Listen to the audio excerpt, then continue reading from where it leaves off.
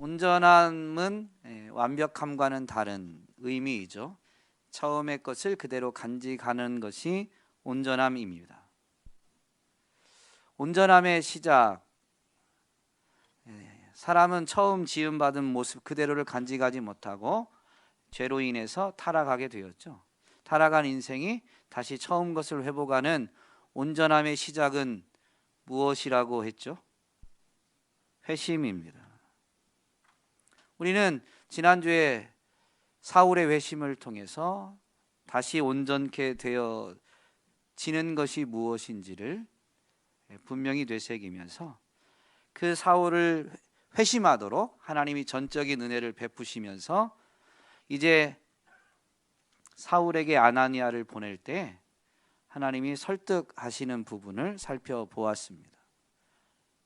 하나님은 아나니아를 설득하실 때 사울은 내 이름을 전하게 하기 위해서 택한 나의 그릇이다 라고 말씀하셨죠.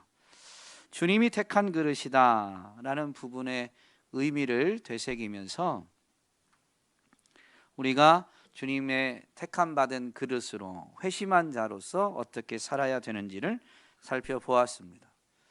여러분, 주님이 택한 그릇이다 라는 이 표현에 담긴 의미가 두 가지였는데 뭐가 있었죠? 하나는 주님이 뜻대로 사용하신다라는 것입니다. 그러므로 우리는 주님의 뜻을 구하고 주님의 뜻에 순종해야 되죠. 그것이 쓰임받는 비결인데, 그릇의 이야기를 통해서 바울이 전한 내용을 참고하면 즉 자신을 정결하게 하는 것입니다. 내 생각을 자꾸 내세우는 것은 그 생각이 사람이 보기에는 아무리 옳아 보여도 정결한 게 아닙니다. 주님의 뜻을 구하는 것이 정결한 것이죠.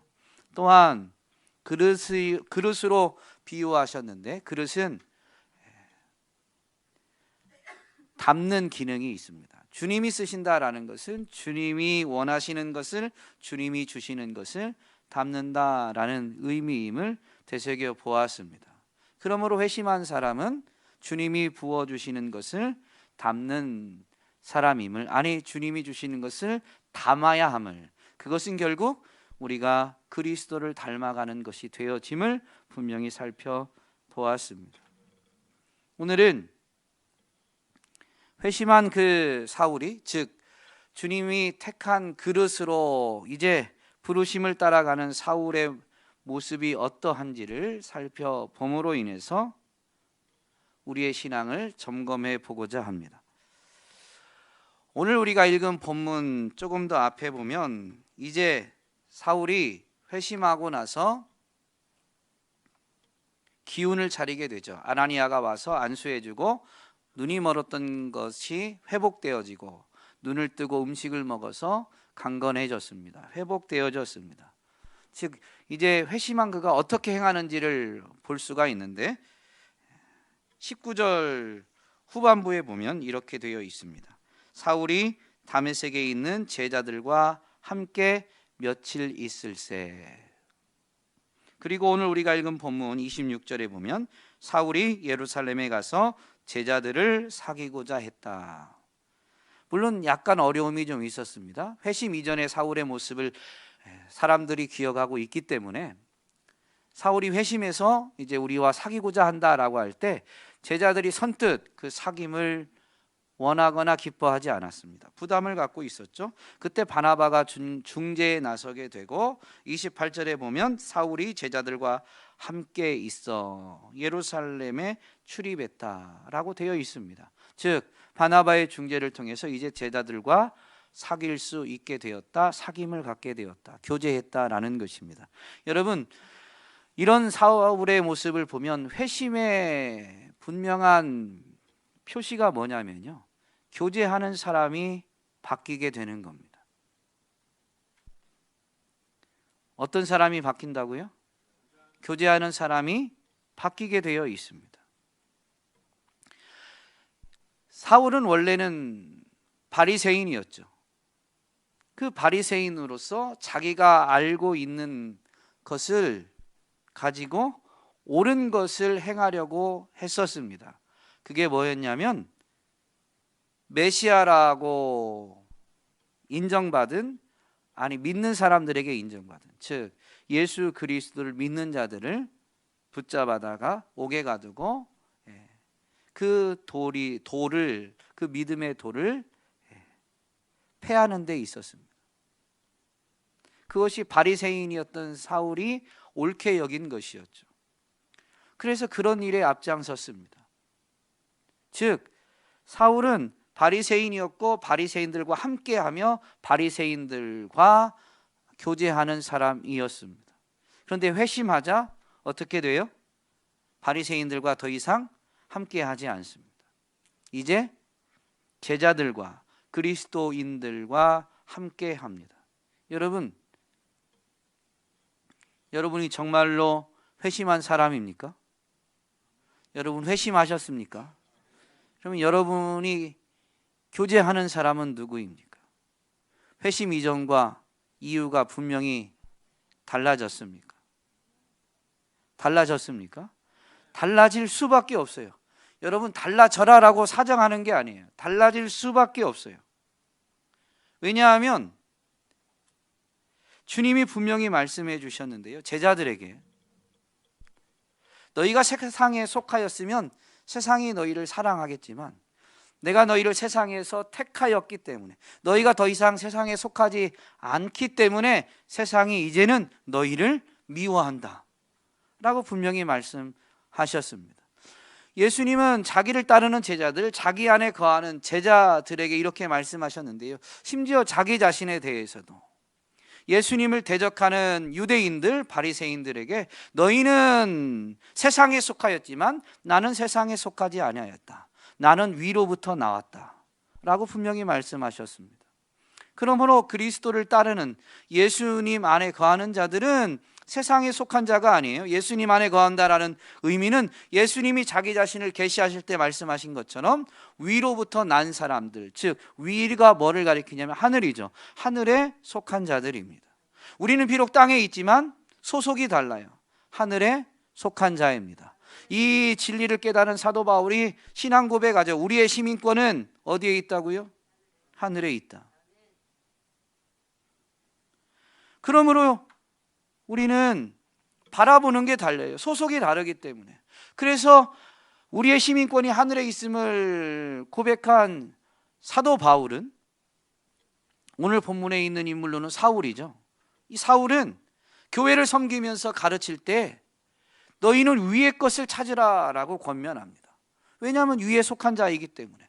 우리는 시민권은 하늘에 있지만 몸은 아직 땅에 있다 보니까 땅의 것에 현혹될까요, 안 될까요? 현혹이 돼요. 그래야만 하라라는 의미가 아닙니다. 땅에 있지만 하늘에 속한 자들은 하늘의 것을 찾고 싶어 해요.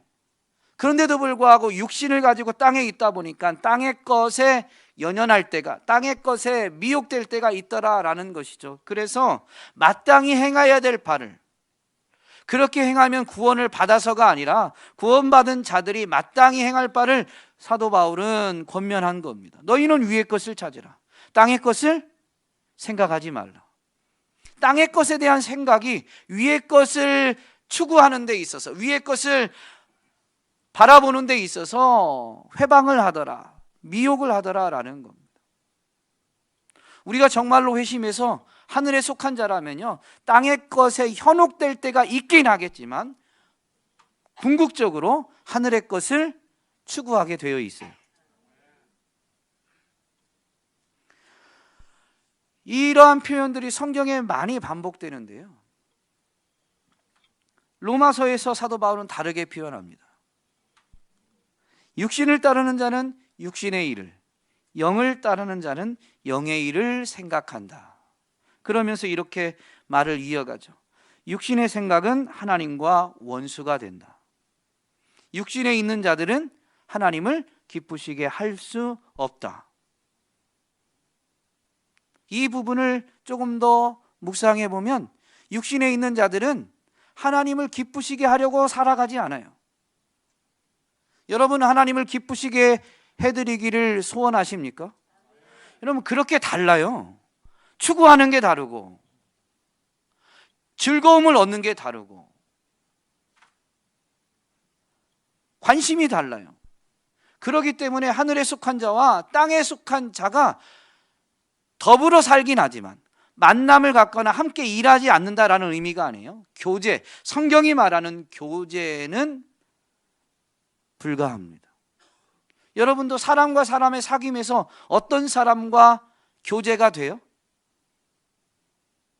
관심이 같거나 뜻이 맞거나 마음이 통하거나 목표가 같거나 무언가 공통 분모가 있어야 돼요.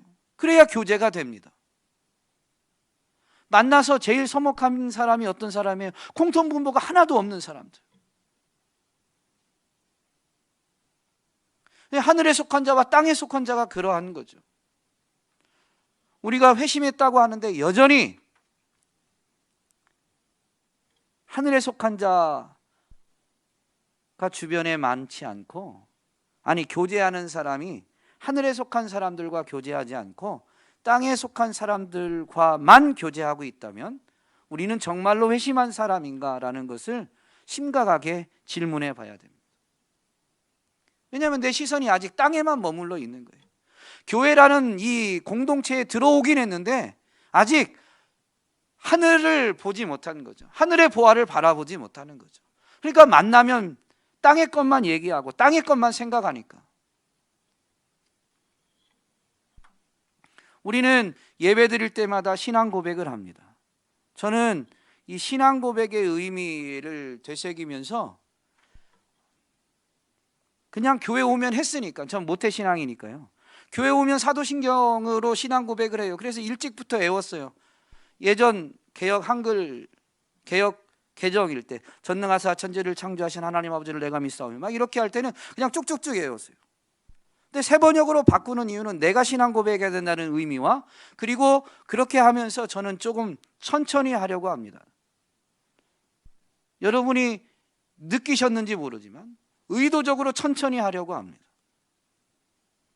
그 신앙 고백은 삼위일체 하나님에 대한 신앙 고백인데 세 번째 부분에 보면 나는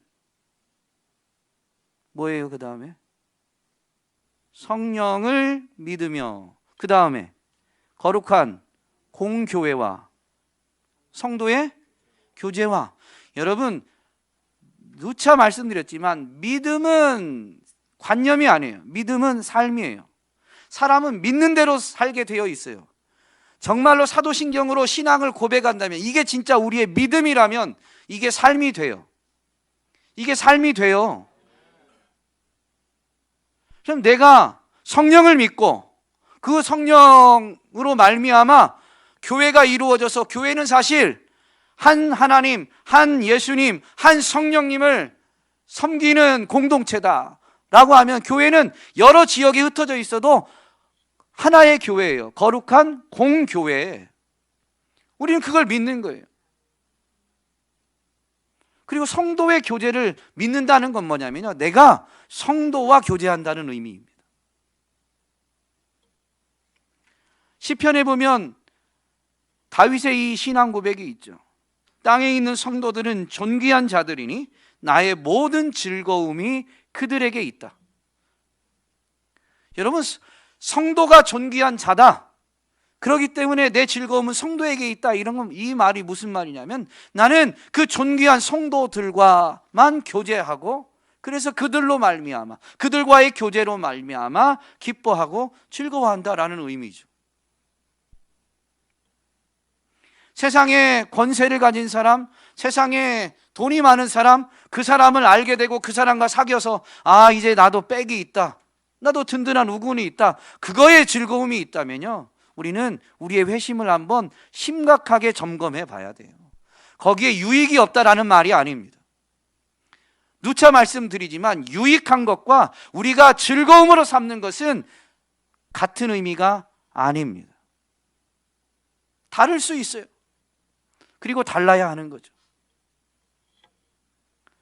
시편 120편부터는 성전에 올라가는 노래라는 부제가 있습니다. 이것은 이스라엘 민족들이 성전을 향해 순례하면서 고백하는 신앙 고백들, 기도의 내용들, 찬양하는 내용들입니다. 성전 있는 처소에서 성전으로 가면서 노래하는 거, 가는 중간에 노래하는 거, 이제 성전이 있는 예루살렘에 들어와서 그 성전 안에서 노래하는 게 이 성전으로 올라가는 노래에 다 포함되어 있어요. 그래서 성전으로 올라가는 노래라는 부제 후반부로 갈수록 이제 이 성전에 올라간, 그리고 그 성전이 있는 예루살렘 안에서 고백하는 내용인데요, 133편에 보면 이런 노래입니다. 보라, 형제가 연합하여 동거함이 어찌 그리 선하고 아름다운고, 머리에 있는 보배로운 기름이 수염 곧 아론의 수염에 흘러서 그의 옷깃까지 내림 같고, 헐몬의 이슬이 시온의 산들에 내림 같도다. 거기서 여호와께서 복을 명령하셨나니 곧 영생이로다. 여러분, 1절에 형제가 연합하여 동거함이 어찌 그리 선하고 아름다운고 라는 이 고백이 어디에서 하는 노래냐면요, 이제 성전에 올라가는 그들이 예루살렘에 들어와서 성전에 올라오기 위해서 온 이스라엘 지역에서 흩어져 있던 그들이 이제 성전이 있는 곳으로 올라온 거예요. 그래서 예루살렘 안에 들어서다 보니까 정말로 성전에 예배하기 위해서 전 지역이 흩어져 있던 그 형제들이, 하나님의 백성이라는, 하나님의 자녀들인 그 형제들이 지금 모여 있는 거예요. 그걸 보고 노래하는 거예요. 보라, 형제가 연합하여 동거함이, 그들이 같이 살았다라는 의미가 아닙니다. 예배의 당에 지금 모였다는 거예요. 성전이 있는 곳에 모였다는 거예요. 그게 선하고 아름답다라고 노래하면서 이 믿음의 사람들, 하나님의 백성들이 같은 장소에 모여 예배하고자 하는 그 모임 자체가 선하고 아름다운 것을 비유적으로 2절 3절에서 노래하죠. 두 가지입니다. 2절에서는 뭐라고 하냐면 머리에 있는 보배로운 기름 같다라는 거예요. 그런데 머리에 있는 그 보배로운 기름은 어떤 기름이냐면, 그 기름이 흐르는데 수염 곧 아론의 수염에 흐른다. 여러분, 아론이 누구예요? 모세의 형이기도 하지만 대제사장입니다. 아론에게 기름을 부었다라는 것은 아론만 기름 부은 게 아니라요, 그가 대제사장이 되었기 때문에 기름 부은 거예요. 이 머리 위에 있는 보배로운 기름은 뭐냐면요, 대제사장으로 구별하여 세우는 기름이에요. 여러분, 성전에 모인 그 형제들의 모임이 바로 이런 기름 부음과 같다는 거예요. 즉 거룩히 구별된 것이다 라는 겁니다. 여러분, 저와 여러분이 성도다, 거룩한 무리다 라는 그 구별됨이 언제 기름 부음처럼 드러나게 되느냐, 언제 인정되어지고 선포되어지느냐? 주일날 예배당에 모일 때입니다. 이 모임이요, 별거 아닌 것 같아도요, 이걸 통해서 믿는 사람들이다라는 것이 드러나게 되는 거예요. 물론 여기 왔다고 해서 제가 설교할 때마다 말씀드리지만 예배당에 왔기 때문에 다 믿음이 있고 구원받는다라는 의미는 아니지만, 한 가지 분명한 건 정말로 믿음이 있으면 예배당에 나옴으로 인해서 그들이 구별됐다라는 것을 드러내게 되어 있는 겁니다. 이게 아름다운 거예요.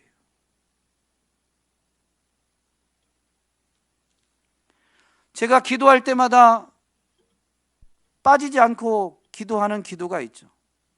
예배당에 와서 하는 이 기도, 아니 예배, 하나님이 거룩하게 구별하시고 복 주신 이날, 우리가 이전에 나와 예배하도록 해주신 것이 특권입니다.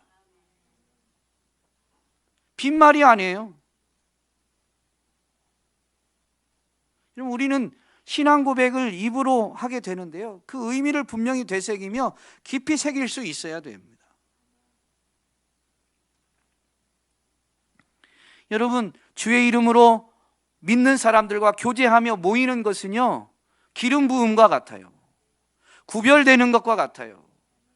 그러므로 자꾸 모이셔야 됩니다.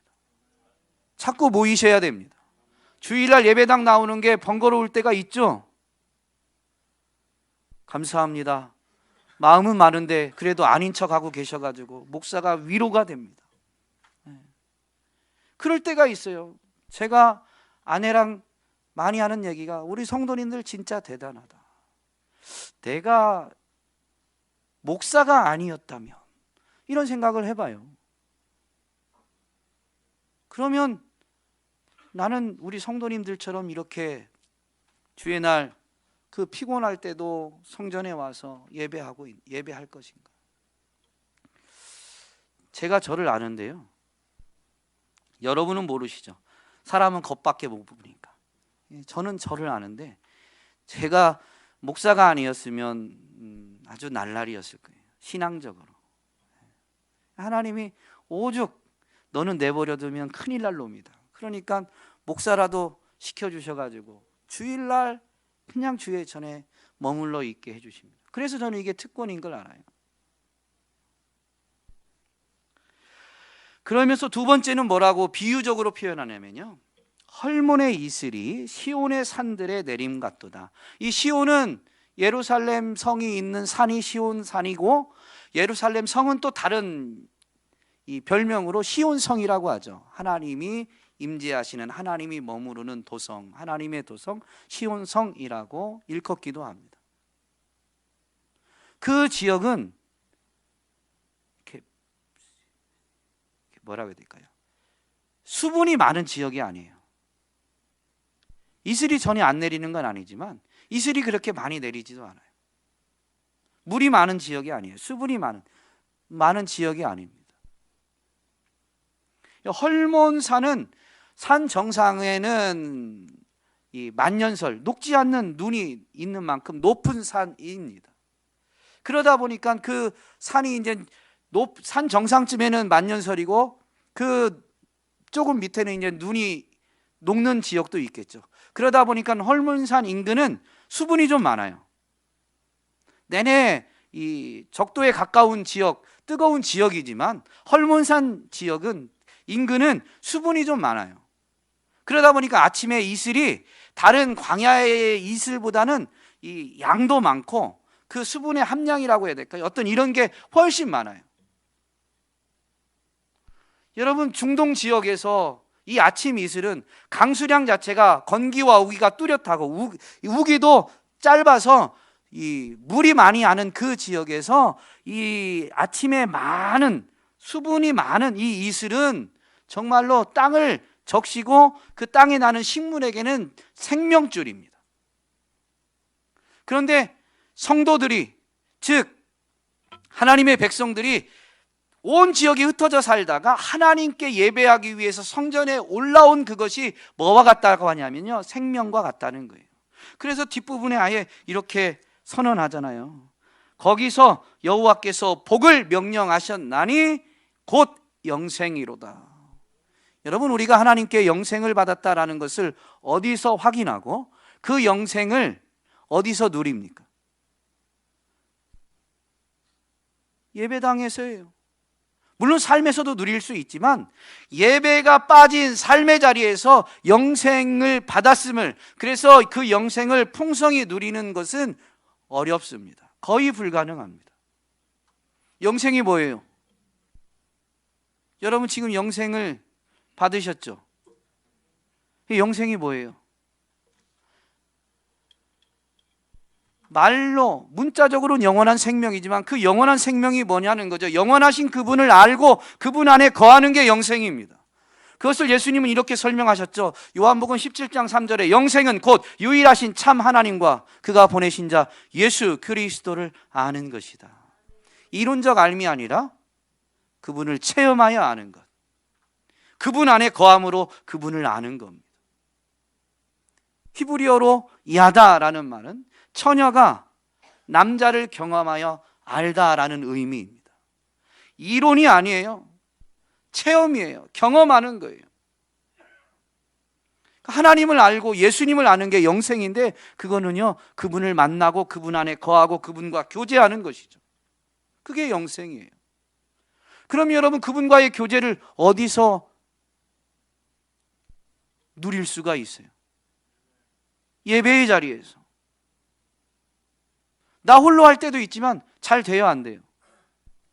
안 돼요. 그래서 주님이 우리의 연약함을 잘 아시니까 주의 날을 구별하여서 지키도록 명령하여 주신 겁니다. 이거 해야만 구원을 받는 게 아니에요.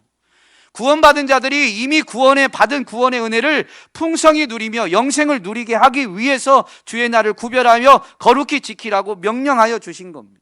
이 자리에 와서 믿음의 사람들과 한 주간 동안 있었던 이야기를 나눌 때 주님이 이야기 되어지면, 주인공으로 주님이 이야기가 되어지면, 주님은 정말로 태초에 천지를 창조하시고 지금은 우리하고 떨어져 계신 분이 아니라 집사님 삶에도 계셨네. 그러면서 내 얘기도 하는 거죠. 나도 참 너무 바쁘고 분주함 때문에 잊고 살았는데 나도 지난주에 이런 일이 있었어. 내 삶에도 주님 살아계셨어. 여러분, 그게 영생을 확인하고 영생을 누리는 거죠. 여러분, 이것이 아름다운 겁니다. 이게 선한 거예요. 그러므로 여러분, 주의 날 주님 전에 모이는 걸 힘써야 합니다. 주일 오전 한 번에 와서 예배 드리는 것으로 본분을 다한 것처럼 착각하면 안 됩니다. 예배당에 있든 없든 어쨌든 예배당에 나온 다음에는 정말로 이 주의 날을 온전히 구별하여 지키도록 힘을 써야 됩니다. 가능하면 믿음의 사람들과 만나서 자꾸 교제를 나눠야 돼요. 적어도 이 하루만큼은. 그래야 우리가 살아계신 주님을 되새기고 그 주님과 함께하는 삶을 살아낼 힘을 얻게 됩니다. 갑자기 아멘이 줄죠. 불편하셔도 할 수 없어요. 현대인은 너무 편리하게 신앙생활합니다. 신앙의 주체가 자기로 바뀌었어요. 하나님이 우리 신앙의 대상이고 신앙의 주체죠. 아니에요? 믿음은 여러분 거예요? 하나님 선물이죠. 신앙의 주체가 하나님입니다. 신앙의 기준, 모든 게 하나님께 맞춰져 있어야 되는데 우리가 임의로 판단합니다.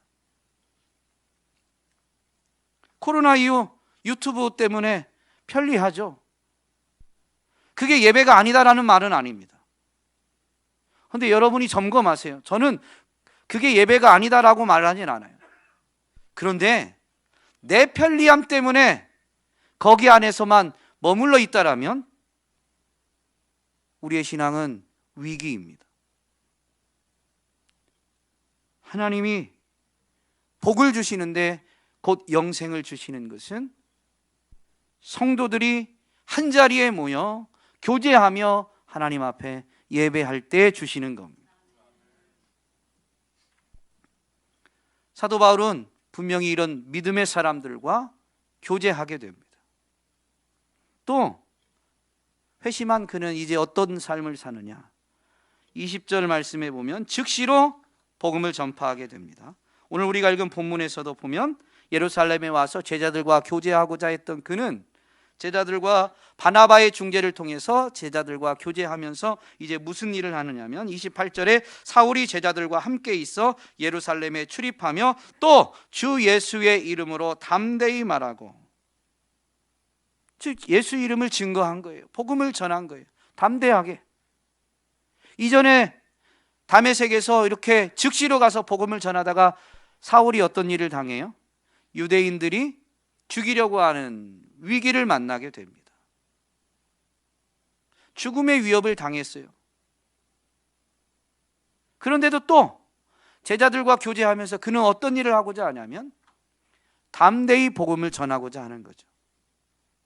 이전에 죽음의 위협을 당했음에도 불구하고 다시 믿음의 사람들과 교제하면서 뭐가 회복되냐면요, 하나님 정말로 살아계신 분이심을, 하나님 선하신 분이심을, 그분이 독생자도 아끼지 않고 내어주셨음을, 이 모든 게 진리임을 분명히 회복하니까 전하지 않을 수가 없는 거죠. 그래서 담대히 증거하게 됩니다. 여러분, 복음을 전하면 전할수록 복을 받을까요? 핍박을 받을까요? 둘 다 받습니다. 핍박이 맞아요. 그런데 영적으로는 복을 받죠. 근데 영적인 건 당장 눈에 안 보여요. 그러다 보니까 우리는 핍박이 전부인 것처럼 생각이 됩니다. 근데 시선이 이 주님과의 교제, 믿음의 형제들과의 교제를 통해서 시선이 영적으로 주님께로 고정되어지면 육체적으로 받는 핍박보다 영적인 게 더 크게 보여집니다. 그러니까 담대해지는 거예요. 사울이 처음 다메섹에서 회심하자마자 복음을 전할 때는 어떻게 했냐면요, 22절에 보면 사울은 힘을 더 얻어 예수를 그리스도라 증언하여 라고 되어 있는데요, 이 증언하여 라는 말이 29절에 있는 변론하다 라는 말과 같은 의미입니다. 변론하는 건 뭐예요? 말로 지금 자기 주장을 내세워서 누구의 주장이 옳은가 지금 다투는 거예요. 싸우는 거예요. 그런데 그 논리적 싸움에서 사울은 지지 않았어요. 다른 사람들이 사울의 지식을 어느 정도로 인정하냐면, 너의 많은 지식이 너를 미치게 할 정도다라고 할 만큼 사울은 당대 최고의 랍비였던 가말리엘 밑에서 배운 사람입니다. 더군다나 거기에서도 특출날 만큼 그 배움이 남달랐어요. 그러다 보니까 이 언변으로 논리를 가지고 다른 사람과의 싸움에서 이기게 되더라라는 거죠. 그런데요, 그렇게 복음을 전하면 논리적인 싸움에서 이겼어요. 그럼 논리적으로 논쟁에서 패배한 사람들은 여러분 순응하고 바울의 주장을 받아들일까요? 아니면 안에 꽁한 마음이 생길까요? 유대인들이 저랑 비슷해요. 저로 하여금 논리성을 가지고 할 말 없게 만드니까 그 말이 옳습니다. 잘 배웠습니다. 제가 이제 그 가르침을 따르겠습니다. 이렇게 하는 게 아니라 잘나면 지가 얼마나 잘났다고 속으로 그러고 안 받아들여요. 22절에 보면 뭐라고 되어 있냐면, 다메섹에 사는 유대인들은 당혹해 했습니다. 사울의 증언이 유대인들을 당혹하게 했다. 그 증언하다라는 말이 변론하다라는 말과 같다고 그랬잖아요. 그 변론함이 논리적으로 상대방을 이겨버린, 압도해버린 그게 오히려 유대인들은 당황하게 된 거예요. 당혹스러웠어요. 그 당혹스러움이 어떻게 나와요? 분노로 나오죠. 그래서 남자들이 집에서 버럭 화를 내는 거 아닙니까? 아내의 말에 논리적으로는 할 말이 없어요. 아내의 말이 다 맞아.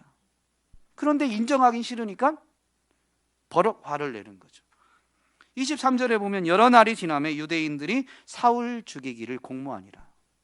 사울의 논리를 패할 수는 없고 그게 옳으니까. 근데 그거를 그 사울의 증거한 복음을 받아들일 수는 없으니까 분노가 생깁니다. 당혹스러움과 분노가 생겨서 죽이기로 모의한 거예요.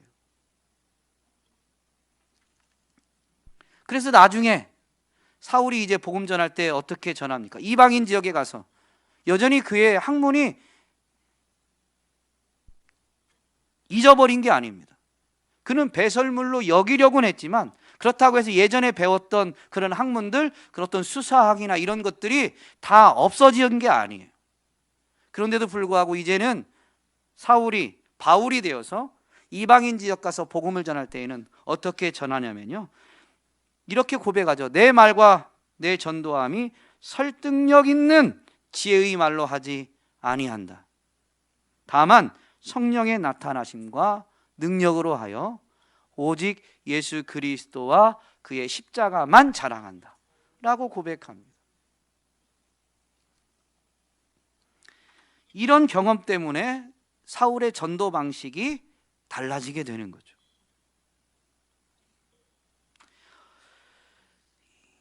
25절과 26절 사이에 사울의 행적에 대한 기록이 본문에는 없지만 갈라디아서 말씀을 참고해 보면 다메섹에서 도망친 사울은 아라비아 지역으로 가서 대략 3년 정도 머무르게 됩니다. 그리고 다시 다메섹에 왔다가 이제 예루살렘에 가서 제자들과 교제하고 사도들을 만나게 되죠. 그 아라비아라는 지역은 어디냐면요, 사실 아라비아는 아라비아 반도 전체를 가리킬 때도 사용되고 또는 그 아라비아 반도 내의 일부 지역을 가리킬 때도 아라비아라는 이 용어를 쓰는데요, 아무래도 반도 전체는 아니겠죠. 사울이 세계에서 도망친 다음에 아라비아 반도 전체를 순회한 건 아니니까. 갈라디아에서 이 고백을 했는데요, 갈라디아서 4장에 가면 갈라디아 교회의 가르침을 증거할 때 하갈과 사라를 비유하면서 이 약속의 사람은 약속의 후손, 사라가 낳은 사람은 약속의 후손, 하갈은 이 율법의 후손이다라고 이렇게 설명하게 됩니다. 근데 그때 하갈에 대해서 말할 때 아라비아로 갔다라고 합니다. 거기에 신의 산이 있는 거죠. 이게 4장에 나와요. 그러니까 1장에서 바울이 자기가 다메섹에서 나와서 아라비아로 갔다라고 할 때 그 아라비아는 바로 이 신의 광야거나 신의 산에 갔다고 생각됩니다. 그렇게 기록하고 있지는 않으니까. 그런데 신의 광야나 신의 산, 신의 산은 산이고 신의 산 인근 지역이 신의 광야예요. 이게 같은 지역인데 어쨌든 그쪽으로 갔다라고 보여지는 거죠. 생각해 보면 신의 산은 어떤 곳이에요? 네, 애굽에서 나온 이스라엘 백성이 하나님의 임재 가운데에서 하나님과 언약을 맺은 곳이죠. 광야는 여러분 어떤 곳이에요? 구약에서 보면 광야는 연단 받는 곳이에요. 그래서 어떤 연단을 받아요? 하나님만 의지하는 것을 연단 받는 곳이죠. 사람이 떡으로만 사는 게 아니고 하나님의 입으로부터 나오는 말씀으로 사는 건데, 정말로 그렇게 하나님을 의지하는지 시험하는 곳, 연단하는 곳이 광야입니다. 그래서 하나님께 쓰임받는 믿음의 위인들은 거의 광야를 통과하게 됩니다. 즉 광야 생활을 하게 돼요. 사울은 다메섹에서 회심하고 그 열심으로 복음 전하고자 했지만 걸림돌을 만나게 되죠. 자기의 열심으로 행해보다가 어려움을 겪게 돼요. 그러니까 사울이 어떻게 했어요? 아라비아로 갔어요. 스스로 간 겁니다. 자발적으로 광야로 간 거예요. 예수님의 행적을 본받은 거죠. 이 땅에 오셔서 공생애를 사신 예수님은요, 표적이 뒤따르다 보니까 그 표적 때문에 많은 사람들이 따라다녔습니다. 그 사람들, 자기에게 나온 사람들을 고치고 치유하니라고, 귀신을 쫓아내고 치유하시니라고 너무 바쁘게 지내셨어요. 그런데 그 예수님이 그렇게 바쁘게 지내심에도 불구하고 성경에 보면, 복음서를 보면 이런 표현들이 있습니다. 따로 한적한 곳으로 가셨다. 심지어 제자들에게 너희는 좀 한적한 곳으로 가라라고 당부하기도 합니다. 그 한적한 곳으로 간다라는 게 뭐냐면요, 매번 한적한 곳으로 간 것에 대해서 자세히 기록하진 않지만 누가복음 5장에서는 명확하게 한적한 곳으로 왜 가셨는지를 보여줍니다. 한적한 곳으로 가셔서 기도하셨습니다. 예수님은 제자들에게 기도를 가르치실 때에도 시장이나 사람들이 많은 곳에서가 아니라 어디 가서 기도하라고 해요? 골방으로 들어가라고 하죠. 그것은 꼭 작은 방에 들어가서야만 기도해야 된다는 의미가 아니에요. 사람들로부터 차단되어진, 세상으로부터 차단되어진 곳, 그래서 오직 주님만 바라보고 주님께만 집중할 수 있는 곳에서 기도해야 된다는 가르침이죠. 예수님이 사역하시는 동안 두루 다니시면서 사역하실 때 한적한 곳에 가서 기도하신 것과 같은 겁니다. 사울도 부르심을 따라 이방인의 사도로 나아가기 전에 이런 시간을 갖게 된 거예요. 가진 거예요. 인생은 자꾸 자기 열심으로 사는 줄 알고 빨리빨리입니다. 한국 사람이 특별히 더하죠. 하나님의 부르심이 있으면 빨리빨리. 여러분, 빨리 가는 게 중요한 게 아니에요. 제대로 가는 게 중요한 거예요.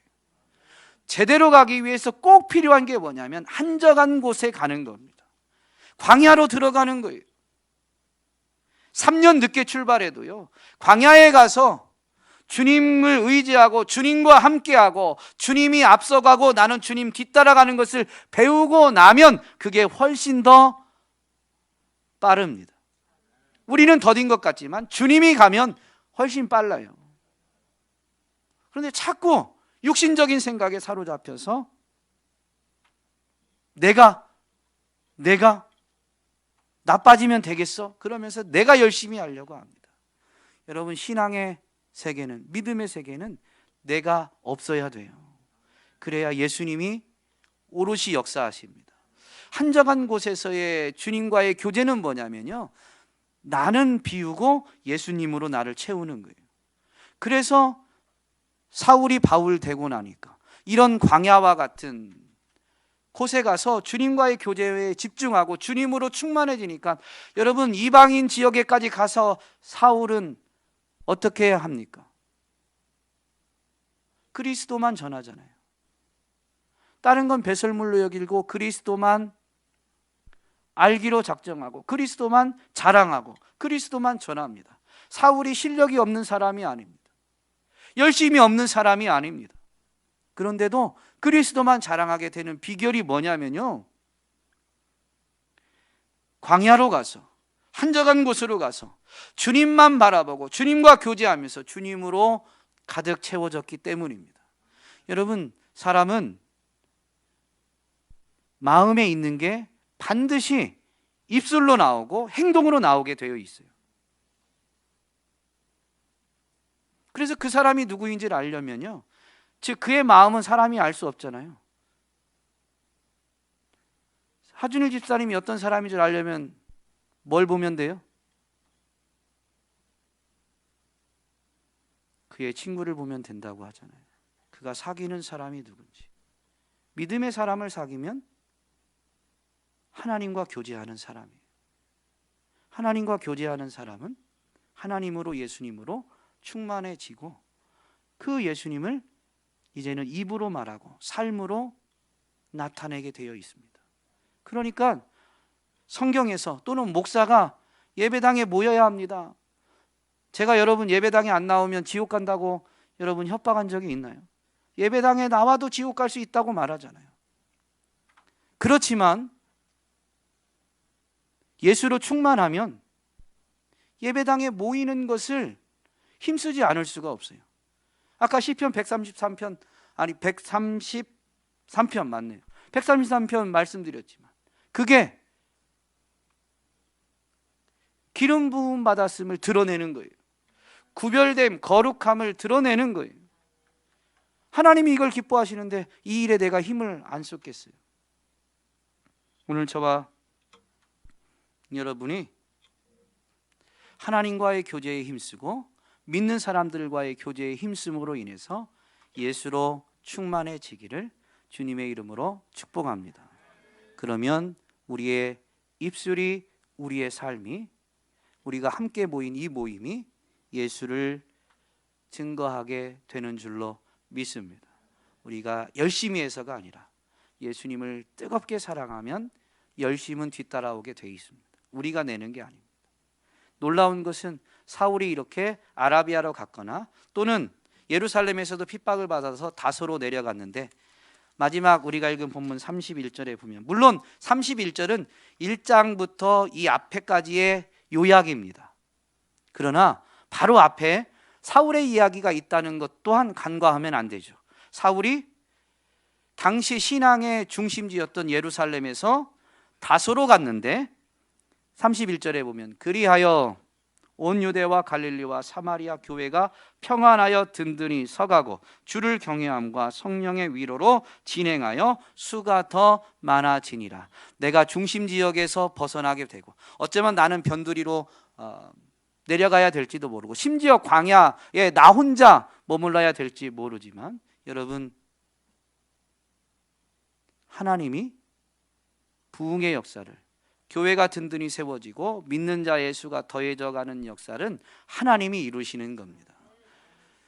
하나님을 뜨겁게 교제해서 뜨겁게 사랑하면 하나님이 역사를 이루어가는데 쓰임받는 거지, 우리가 열심히 해서 하나님의 역사를 우리가 이루어내는 게 결코 아닙니다.